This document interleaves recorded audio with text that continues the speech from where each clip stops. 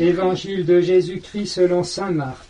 Gloire à toi, Seigneur. Comme Jésus était dans une maison, sa mère et ses frères arrivent.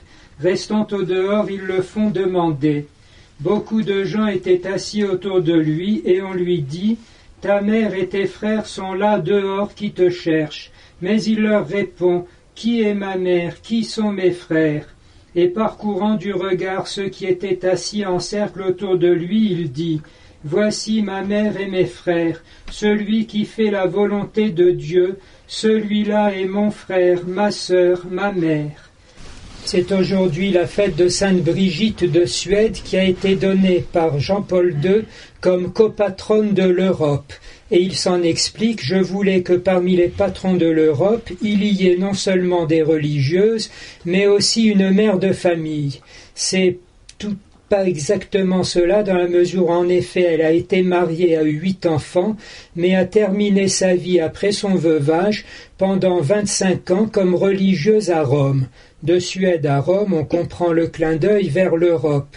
Mais l'évangile d'aujourd'hui nous fait voir cette originalité de notre continent, d'être pour ainsi dire si familier du christianisme et de l'Église que toute sa civilisation et sa culture a été pétrie par l'Évangile, de sorte que tout Européen, jusqu'au dévoiement actuel, aurait dû normalement se sentir frère, sœur, mère du Christ Jésus, tous rassemblés comme une sorte de famille.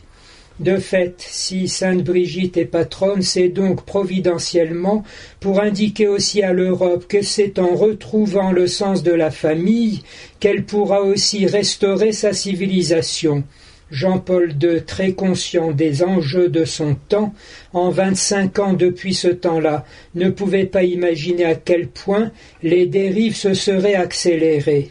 Mais Sainte Brigitte, une fois religieuse, elle est du XIVe siècle, un siècle terrible, qui a vu l'effondrement de la chrétienté du XIIIe en quelques décennies, et contemplative du mystère de la passion de Jésus, non pas pour se décourager ou se désespérer, mais au contraire, découvrir dans les plaies du Seigneur notre guérison, et en Jésus crucifié la manifestation de l'amour de Dieu, plus fidèle même que nos péchés, qu'en réalité il engloutit dans un torrent débordé de miséricorde, comme le dit le saint curé d'Ars.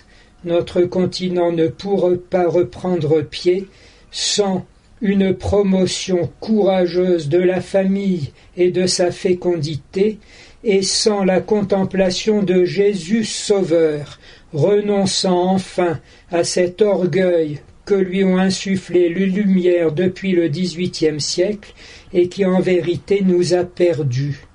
En s'abaissant avec le Seigneur Jésus, nous découvrirons avec quelle tendresse lui est fidèle à ceux qu'il a élus et choisis depuis le début comme étant, comme les grands promoteurs, chevaliers servant à travers toute la planète de son évangile.